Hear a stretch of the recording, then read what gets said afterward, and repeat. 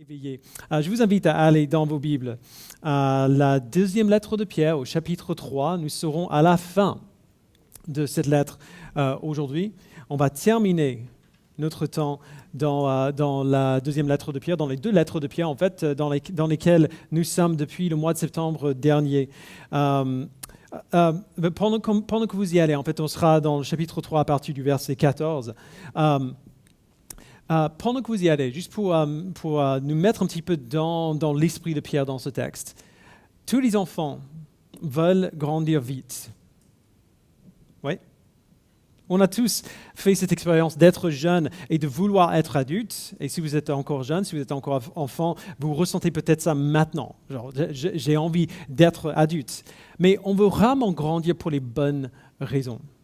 On veut grandir pour avoir de l'argent, pour acheter les choses qu'on veut. On veut pouvoir faire de ce qu'on veut avec notre temps. On veut être libre.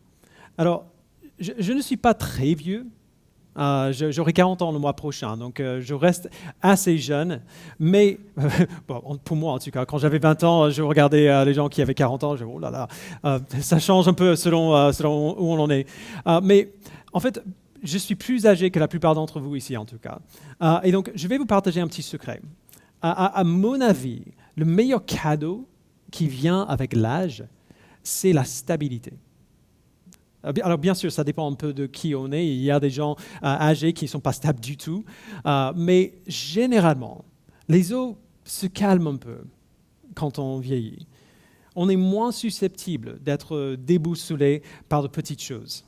Les choses qui nous donnaient des nuits blanches avant, les choses que nous trouvions terriblement juste dramatiques, sont un peu plus faciles à laisser tomber. On est moins facilement offensé, moins facilement menacé, moins facilement perturbé. À la fin de sa lettre, Pierre veut nous aider à grandir, et à grandir pour les bonnes raisons. Il est rare qu'une lettre du Nouveau Testament se termine aussi soigneusement que celle-ci.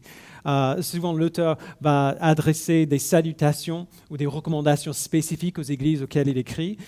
Et souvent, ces choses auront des liens avec ce qui vient avant, mais rarement, je trouve, de manière aussi claire et complète que ce que Pierre nous donne ici. Dans ces derniers versets de sa lettre, il nous donne à la fois une application et un résumé de ce qu'il a écrit. Et il le fait de manière vraiment intéressante. D'abord, il donne une application directe de ce qu'on a vu la semaine dernière, au début du chapitre 3. Après ça, il revient un peu à quelque chose qu'il a dit plutôt au chapitre 1, et il nous aide à voir comment vivre ça. Et entre ces deux parties, il applique ce que nous avons vu au chapitre 2, et il le contraste avec ce qui vient avant et après. Et donc, on a un début, un milieu et une fin. Et dans les parties du début et de la fin, nous avons 4 commandements distincts, ainsi que les raisons pour lesquelles il donne ces commandements. Donc, au verset 14, et qu'on va lire dans un instant, Pierre commence en disant « C'est pourquoi, bien-aimés, dans cette attente ». Alors, quelle est cette attente? À quoi est-ce que le « c'est pourquoi » fait référence?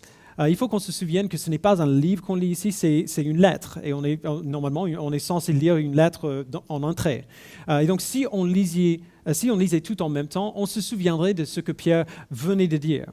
Dans les versets 1 à 13, qu'on a vu dimanche dernier, Pierre a parlé de ce que Jésus-Christ va faire le jour de son retour. Il va juger les pécheurs, ceux qui le rejettent, il dit au verset 7. Il va purifier la terre des effets du péché, les brûlant comme par le feu, on voit au verset 10. Il établira un nouveau ciel et une nouvelle terre où la justice habitera, au verset 13.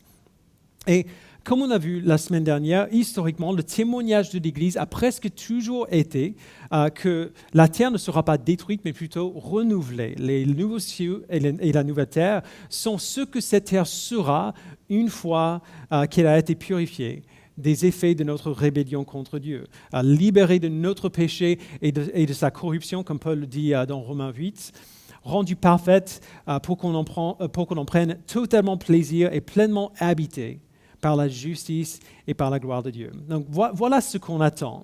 Voilà les choses que Dieu nous a promises. C'est dans ces choses-là que nous trouvons notre espérance. Et puisque nous attendons ces choses-là, on voit le premier commandement, cultivez votre sainteté. Quand on parle d'être saint, juste entre parenthèses, ou de grandir dans la sainteté, on parle d'obéir au commandement de Dieu de mieux en mieux et de plus en plus. C'est ça qu'on entend quand on parle de la sanctification ou de la sainteté. Donc Pierre le dit ainsi au verset 14. Il dit, c'est pourquoi, bien-aimés, dans cette attente, faites tous vos efforts pour qu'il vous trouve sans tache et irréprochable dans la paix.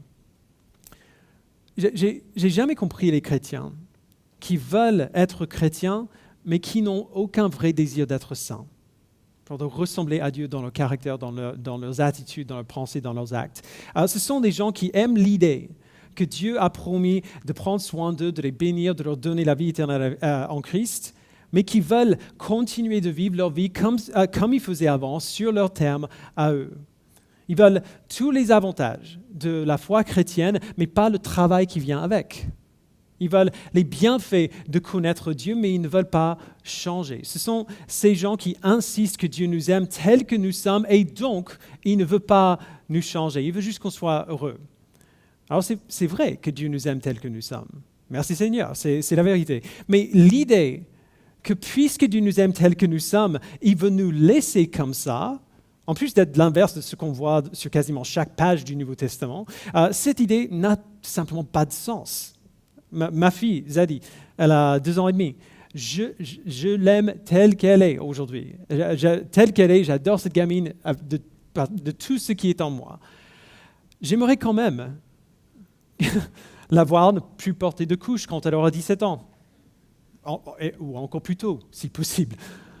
J'aimerais bien ne plus la voir se jeter par terre et hurler quand elle n'a pas ce qu'elle veut. J'aimerais qu'elle puisse se faire à manger et se laver toute seule, ce serait super. Et le fait que je veux ces choses pour elle n'est pas en opposition à mon amour pour elle.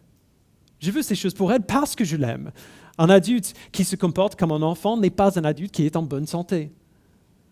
Vous voyez pourquoi l'idée que si Dieu nous aime, il ne veut pas qu'on change, pourquoi cette idée n'a aucun sens? Dieu nous a créés pour que nous soyons saints, pour vivre comme il vit, pour aimer ce qu'il aime. C'est ainsi qu'il nous a créés. Alors c'est ainsi que nous pouvons être aussi heureux que possible dans cette vie et après, dans la vie éternelle. Et puisque Dieu nous aime, il ne va pas se contenter de nous laisser dans les mêmes habitudes toxiques que nous avons maintenant. Il ne manque pas d'amour envers nous en nous appelant à mettre à mort notre péché. Quand il nous dit que certaines choses que nous trouvons bonnes sont en fait mauvaises, que certaines choses que nous trouvons justes sont en réalité injustes, il ne manque pas d'amour pour nous. Puisqu'il nous aime, il n'arrêtera pas jusqu'à ce que nous soyons transformés. En plus de la logique de cette idée, nous voyons partout dans la Bible que c'était ce que Dieu a toujours prévu, dès le départ, pour son peuple. On voit dans Éphésiens 5, 25 et 27, Christ a aimé l'Église, il s'est donné lui-même pour elle, pour faire paraître devant lui cette Église glorieuse, sans tache, ni ride, ni rien de semblable, mais sainte et irréprochable.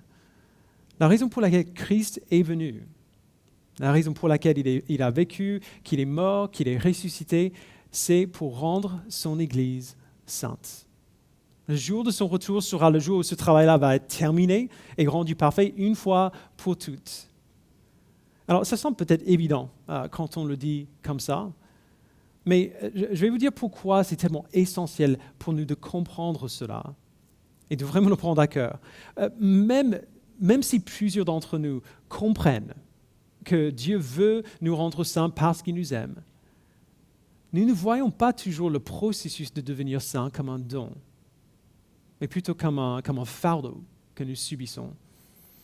Même si on ne le dirait pas peut-être à haute voix, nous avons souvent le sentiment que l'obéissance au commandement de Dieu, c'est le travail pénible qu'on doit faire une fois qu'on est sauvé.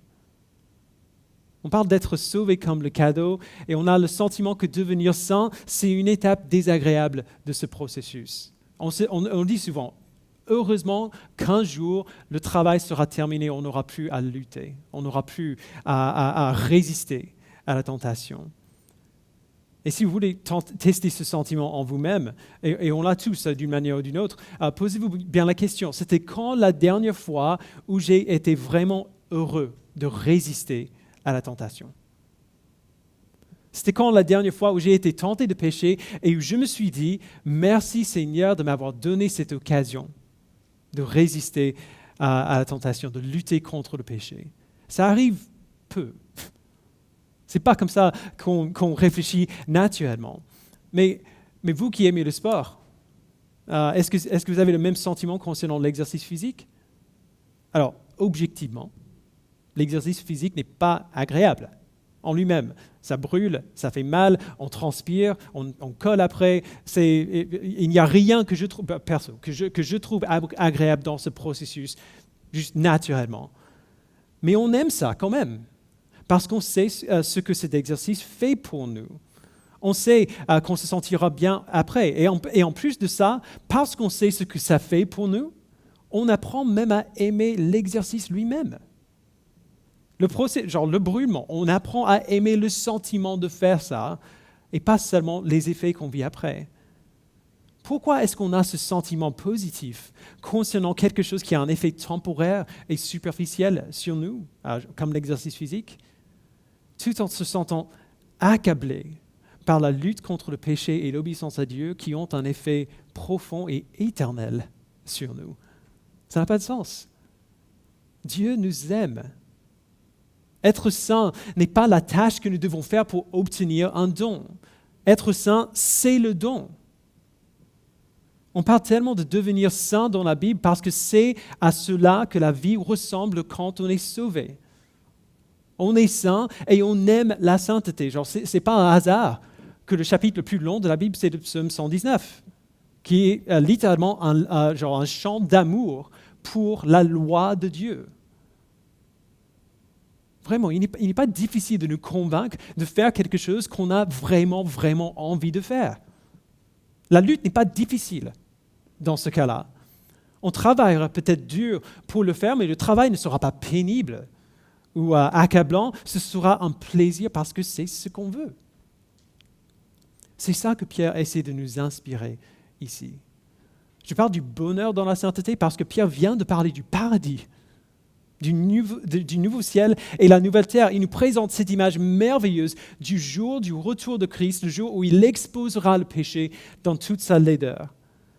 Le péché sera jugé, brûlé, tout ce qui restera sera un monde saint à l'image de notre Dieu saint, une habitation parfaite pour lui-même au milieu de son peuple saint. C'est de ça qu'on parle quand on parle du paradis. Et c'est ça notre espérance, c'est ça notre but et notre désir et notre joie. Alors, puisque c'est là que nous allons, nous sommes appelés à faire tous nos efforts pour y aller de la bonne manière et pour la bonne raison. À vivre nos vies avec des consciences pures, à être en paix avec notre Dieu parce qu'on sait qu'on fait ce pourquoi il nous a créés. À ne pas attendre le jour de Christ pour pleinement assumer et aimer notre identité d'un peuple saint. Alors, notre sainteté ne sera pas parfaite avant son retour, mais on peut s'en approcher, de près, avec son aide. Quand il reviendra, qu'il nous retrouve saints et heureux dans notre sainteté. Donc voilà le premier commandement, cultiver la sainteté. Deuxième commandement, considérer que sa patience est notre salut. Verset 15. Considérez bien que la patience de notre Seigneur est votre salut. On n'a pas besoin de passer beaucoup de temps ici parce qu'on a vu ça la semaine dernière. Vous vous souvenez, Pierre parlait de ces gens qui viendraient dans l'Église en disant que Christ ne revient pas parce que ça fait tellement longtemps qu'on l'attend. Verset 4, il a dit, ces gens diront, où est la promesse de son retour? En effet, depuis que nos ancêtres sont morts, tout reste dans le même état qu'au début de la création. Alors Pierre revient à cette objection qu'on a vue la dernière fois et à laquelle il a répondu au verset 9 quand il a dit « Le Seigneur ne tarde pas dans l'accomplissement de sa promesse, comme certains le pensent. Au contraire, il fait preuve de patience envers nous, voulant qu'aucun ne périsse, mais que tous parviennent à la repentance. » Ce commandement de considérer que la patience de Dieu est notre salut, c'est un de ces commandements qui devient de plus en plus pertinent avec le temps. Plus le temps avance et plus des choses terribles arrivent dans notre monde, dans notre vie. Alors il est facile de nous désespérer, de voir combien de temps Christ prend pour revenir et de voir ça comme juste cruel de sa part. Pourquoi nous laisser dans cet état? Mais le fait que Christ attend pour revenir n'est pas cruel. C'est une grâce qu'il nous donne. Il attend non pas pour nous torturer, mais pour donner à son peuple le temps de se repentir. Il veut s'assurer que tous ses enfants viennent au salut, parviennent à la repentance. Encore quelque chose que nous voyons comme cruel est en fait une démonstration de son amour envers nous. Alors, ça ne voudra peut-être dire grand-chose pour certains d'entre vous maintenant, mais je vous le promets, un jour viendra, et certainement plus d'une fois, où vous lutterez contre tellement de douleurs que la seule chose que vous aurez à l'esprit, c'est « mais si seulement Christ revenait aujourd'hui et mettait fin à tout ça. » Genre si seulement c'était fini. Après avoir commencé une nouvelle cure de chimio, après avoir perdu un enfant, dans un problème relationnel vraiment difficile, ces matins où on a peur d'allumer son portable parce qu'on ne sait pas quelle nouvelle terrible nous attend, vous serez accroupi par le poids du monde entier que vous sentez sur votre dos et vous prierez « Seigneur, reviens. S'il te plaît, fais que ça s'arrête. J'en peux plus. » Je sais combien c'est difficile, vraiment. En tant que pasteur, on voit et on vit ce type de situation très souvent. Et si je suis honnête avec vous, je le vis maintenant, genre en ce moment. On a eu avec les anciens une de ces semaines où on se dit « Mais Seigneur, s'il te plaît, reviens bientôt. » Mais lorsque nous avons cette pensée, et nous l'aurons, alors à ce moment-là, considérez que la patience de notre Seigneur est votre salut. Le fait qu'il attend, c'est une grâce, peu importe combien c'est douloureux.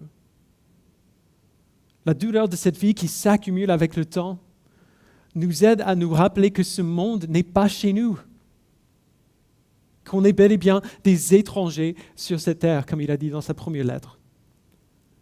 Il se sert de ce temps pour nous modeler, pour nous façonner à son image. Et nous nous réjouirons au paradis de rencontrer des frères et sœurs en Christ que nous n'aurions jamais connus si Christ avait répondu à nos prières et revenu quand on l'a demandé.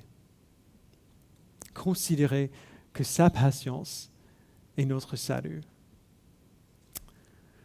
Alors à ce point, au milieu du verset 15, Pierre fait un petit parenthèse. Mais le parenthèse qu'il fait est quand même remarquable. Recommençons au début du verset 15. Il dit « Considérez bien que la patience de notre Seigneur est votre salut. Notre bien-aimé frère, Paul, vous l'a aussi écrit, conformément à la sagesse qui lui a été donnée. C'est ce qu'il fait dans toutes ses lettres où il parle de ces choses. Il s'y trouve certes des points difficiles à comprendre et les personnes ignorantes et mal affirmées en tordent le sens, comme elles le font des autres écritures pour leur propre ruine. » Alors il y a deux, trois choses ici qui sont assez surprenantes. La première chose qui me surprend à chaque fois que je le lis, mais qui devrait nous rassurer quand même, si vous avez déjà essayé de lire la lettre de Paul aux Romains, ou ses lettres aux Corinthiens, ou la lettre aux Hébreux, on n'est pas certain de qui il a écrit, mais moi, à mon avis, je suis pour Paul. C'est juste mon avis perso. Si vous avez déjà lu une de ces lettres, et vous avez lu quelque chose, et relu, et relu, et relu, et je dis, mais de quoi il parle? Qu'est-ce que ça veut dire? Genre, il y a un bout de phrase qui semble changer le tout, et ça n'a pas de sens pour nous. Pierre est d'accord avec vous. Paul est difficile à comprendre. Alors, bien sûr, Pierre ne peut pas trop parler ici, et certaines des choses qu'il dit dans ses lettres sont nettement plus difficiles que ce qu'on voit chez Paul. Mais quand même, ne soyez pas découragés si vous avez du mal à comprendre l'apôtre Paul ou les autres auteurs de la Bible. Vous n'êtes pas seuls. Okay? Donc ça devrait nous rassurer pas mal. Deuxième chose, Pierre veut souligner le fait que Paul est d'accord avec lui.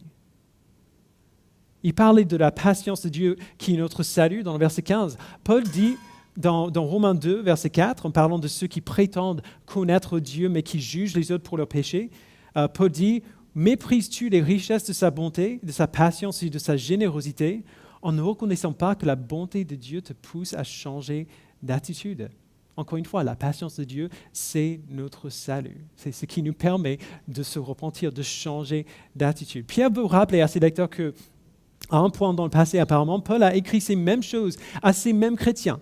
Et les faux enseignants dont il a parlé au chapitre 2 déforment l'enseignement de Paul pour détourner les gens de la foi. Troisième chose, Pierre avertit encore que certains gens ne vont pas seulement ignorer l'Évangile, mais vont en tordre le sens. Ils lui feront dire des choses qu'il ne dit jamais. L'exemple le plus actuel, encore une fois, c'est ceux qui parlent de ce que Jésus a fait et disent qu'il a fait tout ça pour nous donner un bon boulot, beaucoup d'argent, une bonne santé, un mariage heureux et des enfants bien élevés. C'est un mensonge pur et simple. Pierre dit que ceux qui disent de telles choses tordent le sens de l'Évangile pour leur propre ruine. Une dernière chose, donc quatrième, et c'est probablement le plus important ici. Pierre dit que les lettres de Paul sont dures à comprendre, que les personnes ignorantes et mal affirmées tordent le sens de ces lettres comme elles le font des autres Écritures. Pierre écrit à une époque avant que le canon du Nouveau Testament soit établi. Et d'ailleurs, quand on parle du canon de la Bible, on parle du consensus final des églises chrétiennes concernant quels livres sont inspirés de Dieu. Ce consensus a été confirmé au synode d'Hippone en l'an 393 après Jésus-Christ. Alors, il y a beaucoup de choses qu'on pourrait dire sur le canon de l'Écriture. On n'a pas le temps de tout voir aujourd'hui. Ça suffit de dire en fait pour l'instant qu'on a de très bonnes raisons pour avoir confiance que les livres qu'on a dans la Bible sont les bons livres. Il n'y a rien qui manque à notre Bible et il n'y a rien qui est là qui ne devrait pas être là. Ce qui est remarquable, c'est que même à cette date, bien avant le synode d'Hippone, Pierre parle des lettres de Paul comme l'Écriture. Il dit que ces gens tordent le sens de ces lettres comme elles le font des autres Écritures. C'est un écho de ce qu'on a vu au chapitre 1, quand Pierre a donné les raisons pour lesquelles on peut faire confiance à ce que lui et les apôtres disaient. Il a une conviction totale qui vient de Dieu, que l'Esprit parle à travers lui et les apôtres. Et il inclut Paul dans cette autorité-là, même si Paul n'était pas un des disciples de Jésus. Alors, il n'a pas fait cette expérience avec les autres. C'est un témoignage, mais juste incroyable, de confiance de la part de Pierre, de sa conviction et de solidarité que Pierre montre à Paul. Et ce témoignage de solidarité est encore plus parlant quand on sait que Paul a fait une reproche publique à Pierre pour son comportement qui ne reflétait pas l'Évangile. On voit cela dans la lettre de Paul aux Galates. Et malgré ça, ou peut-être même grâce à ça, Pierre affirme avec confiance que les lettres de Paul portent le même poids d'autorité que l'Écriture sainte. Son point, et c'est le même que celui qu'il a fait au chapitre 1, rien n'est plus important, rien n'importe plus que d'entendre ce que Dieu dit, d'accepter ce que Dieu dit et de faire ce que Dieu dit. La vérité n'est pas subjective. La vérité, c'est ce que Dieu dit. Et l'Écriture, donc l'Ancien Testament transmis par les prophètes et le Nouveau Testament transmis par les apôtres, l'Écriture, c'est la vérité parce que c'est la parole qui vient de Dieu. La Bible, comme Pierre dit dans chapitre 1, verset 19, c'est notre lampe qui brille dans un lieu obscur. Alors, la Bible est la parole de Dieu, transmise par les prophètes et les apôtres et préservée par le Saint-Esprit. Mais certains voudront en tordre le sens pour leur propre gain et à leur propre ruine. Et sur la base de cette annonce de Pierre et de cet avertissement, il nous donne le troisième commandement. Bien-aimés, vous voilà avertis. Tenez-vous donc sur vos gardes, de peur qu'entraînés par l'égarement des impies, vous ne perdiez la ferme position qui est la vôtre. Alors, ce qu'il dit là semble juste trop évident. Surtout si on se souvient de comment Pierre a parlé de ces faux enseignants et pécheurs au chapitre 2. Il les appelle des animaux dépourvus de raison, des hommes pervers et souillés, des sources sans eau, des nuages poussés par la tempête. Ces deux dernières descriptions, on n'en a pas parlé quand on a vu ce texte, mais elles sont bien parlantes. Rien n'est pire pour un pays dévasté par une sécheresse que de trouver une source, mais qui n'a pas d'eau. Ou de voir enfin des nuages sur l'horizon. C'est pourquoi on prie depuis tellement longtemps avant de voir ces nuages repoussés par le vent. Quand on voit les choses que Pierre dit à propos de ces gens, il est quand même difficile d'imaginer qu'on puisse se laisser entraîner par eux. Mais ça arrive tout le temps. Tout le temps. Parce que ces gens, que ce soit des faux enseignants qui prêchent un faux évangile ou simplement des gens qui nous influencent et qui vivent en désobéissance à Dieu, ces gens nous donnent ce que nous voulons. Les faux enseignants nous disent ce que nous voulons entendre. Pas ce qui est meilleur pour nous, mais ce que nous voulons entendre. Et on le sait bien, ce que nous voulons entendre n'est pas toujours ce qui est le meilleur pour nous. Genre, nos désirs nous poussent parfois dans des sens assez horribles. Ou alors peut-être qu'ils nous montrent simplement ce que nous voulons faire et ils nous feront penser que c'est une bonne idée, que finalement c'est une bonne chose. Ou alors c'est vraiment pas si grave que ça. Nous luttons tous avec certains péchés plus que d'autres. Nous avons tous des domaines de faiblesse. Tôt ou tard, on verra quelqu'un, probablement quelqu'un qu'on aime ou qu'on admire même, en train de faire la chose qu'on a du mal à ne pas faire nous-mêmes. Et voir cette personne-là faire cela, encore plus, les voir faire cela sans vraiment avoir de conséquences immédiates, rendra ce péché bien plus attirant, bien plus beau à nos yeux qu'il ne l'est vraiment. Il est vraiment difficile de ne pas céder à ça. Ne pas faire ce que nous voulons faire quand on voit quelqu'un qu'on aime et qu'on admire faire cela et semble être satisfait. Mais Pierre dit, ne les suivez pas. Ne les écoutez pas. Ne croyez pas que désobéir à Dieu vous rendra plus heureux que lui obéir.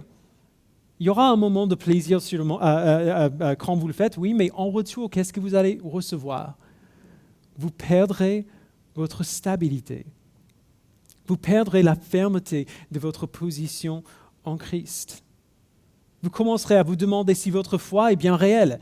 Vous commencerez à douter que Dieu vous aide réellement à lutter contre le péché ou non. Vous commencerez à vous demander si ces choses sont vraiment vraies. On aura l'incertitude d'un côté et la déception de l'autre. On en a parlé avant, mais il faut le redire quand même. Quand Dieu nous donne des commandements, il ne le fait pas pour peser sur nous, pour nous accabler. Il nous donne des commandements pour nous libérer. On est d'accord, un train qui roule sur les rails roule bien. Il suffit d'enlever le train des rails pour voir comment ça marche, ce qui se passe après. Dieu nous a créés, alors il sait nous rendre libres. Il sait nous rendre aussi heureux que possible dans cette vie et surtout dans la prochaine. Jésus a bien dit, mon joug est doux et mon fardeau est léger. Ne voyez pas les commandements de Dieu comme des fardeaux lourds que nous devons porter pour arriver à ce que nous voulons vraiment. Croyez que ces commandements sont des dons. Et donc, tenez-vous sur vos gardes, de peur qu'entraînés par l'égarement des impies, vous ne perdiez la ferme position qui est la vôtre. Au lieu de cela, donc, commandement final, grandissez dans la grâce et dans la connaissance de notre Seigneur et Sauveur, Jésus-Christ. À lui soit la gloire, maintenant et pour l'éternité. Amen. Grandir dans la connaissance de Christ, on l'équivaut souvent à la connaissance de la théologie. On va faire des études théologiques. On va lire beaucoup de livres, on va prendre des cours, on va penser qu'on le connaît mieux si on amasse toute cette information. Et il n'y a rien de mauvais à faire des études, à apprendre de la théologie. Genre, c'est important même pour savoir ce que la Bible dit sur Dieu, pour être sûr qu'on parle juste de lui quand on parle de lui. Mais on a bien vu au début de cette lettre, Pierre ne parle pas de connaître des choses sur Christ, des informations sur Christ, mais de connaître Christ lui-même. En fait, grandir dans la connaissance de Christ et grandir dans la grâce, ces deux choses se réalisent de la même manière.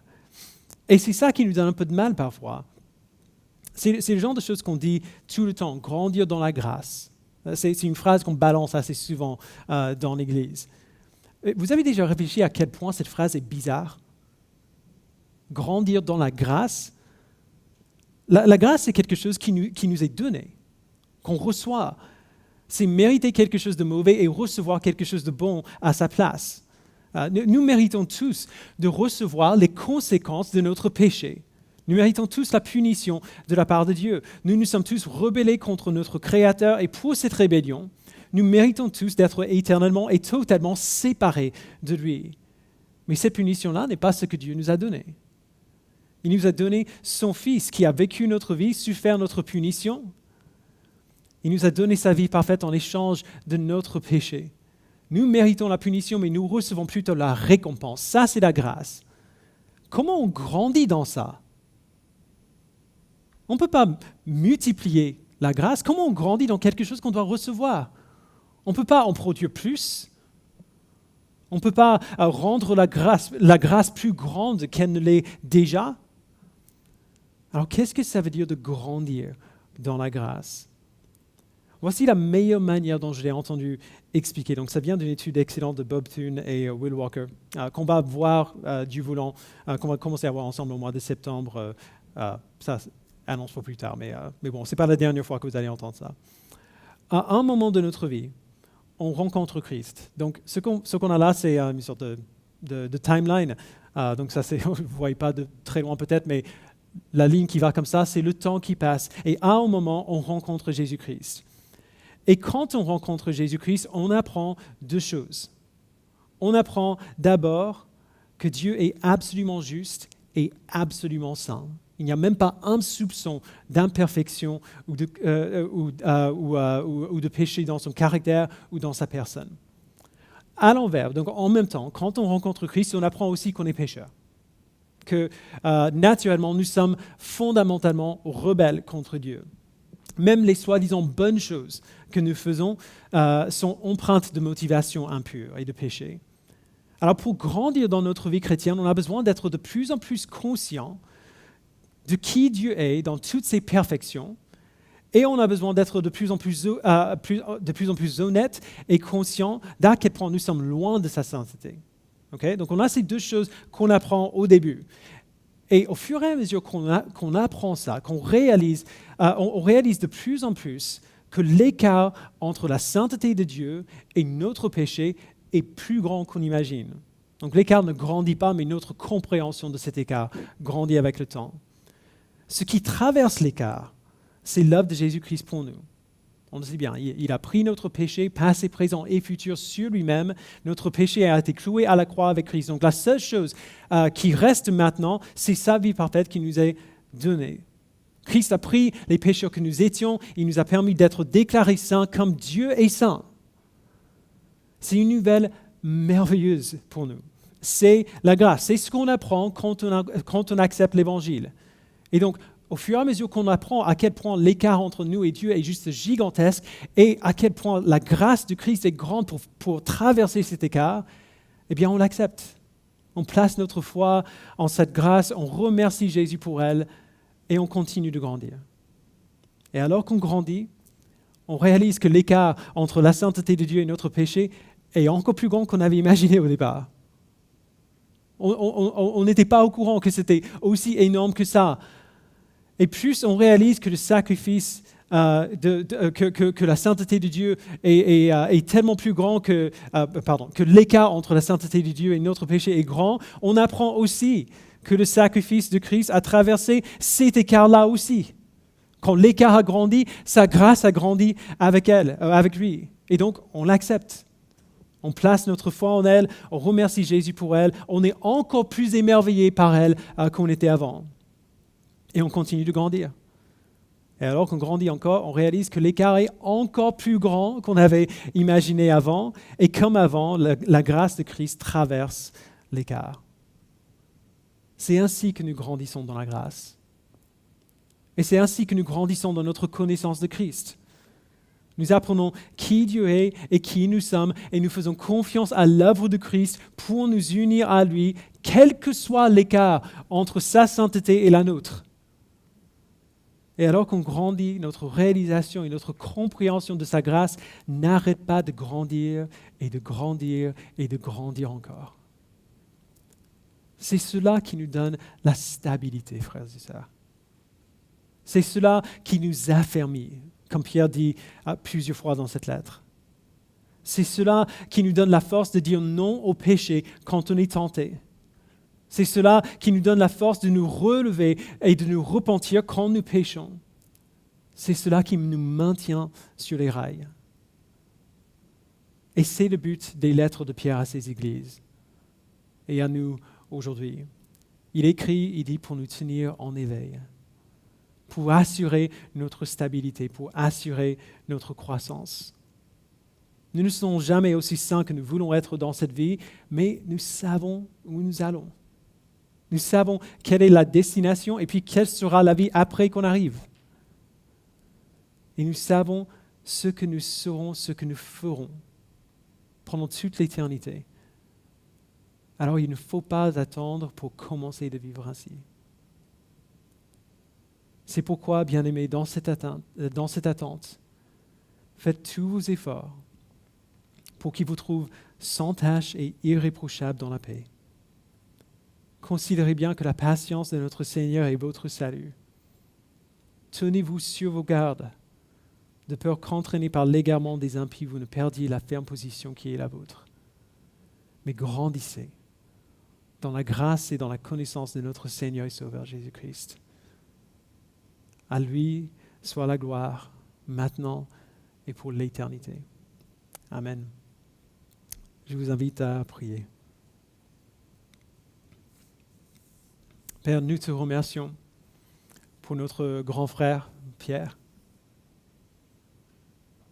Nous te remercions, Père, pour la transparence de l'Évangile, qui nous montre à quel point Pierre n'arrivait pas à s'empêcher de faire des bêtises, à dire des choses qu'il ne devrait pas dire, à agir, à réagir de la mauvaise manière. Parce que Père, c'est un témoignage merveilleux de ce que tu peux faire en quelqu'un qui est exactement comme nous. C'est un témoignage merveilleux de la puissance de ton esprit pour transformer quelqu'un. Parce que ce que nous voyons avant, pendant qu'il marchait avec Jésus, et ce que nous voyons après, n'a rien à voir. Il n'était pas parfait, on le sait bien. On le voit dans la lettre aux Galates que même après, il faisait des erreurs. Mais merci, Père, de l'avoir donné de persévérer, de lui avoir donné d'être fidèle et de rester fidèle à son appel, d'avoir inspiré ces mots qu'il a écrits afin qu'elles nous parviennent, afin que nous puissions être transformés et ressourcés et nourris par ce que Pierre nous a dit.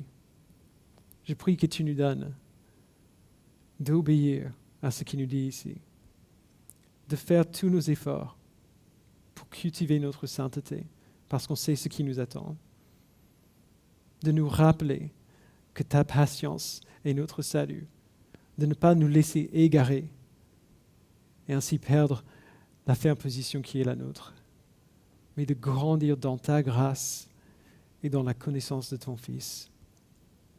Merci, Père, pour ta fidélité, pour nous rendre fidèles. Au nom de ton Fils, nous le prions. Amen.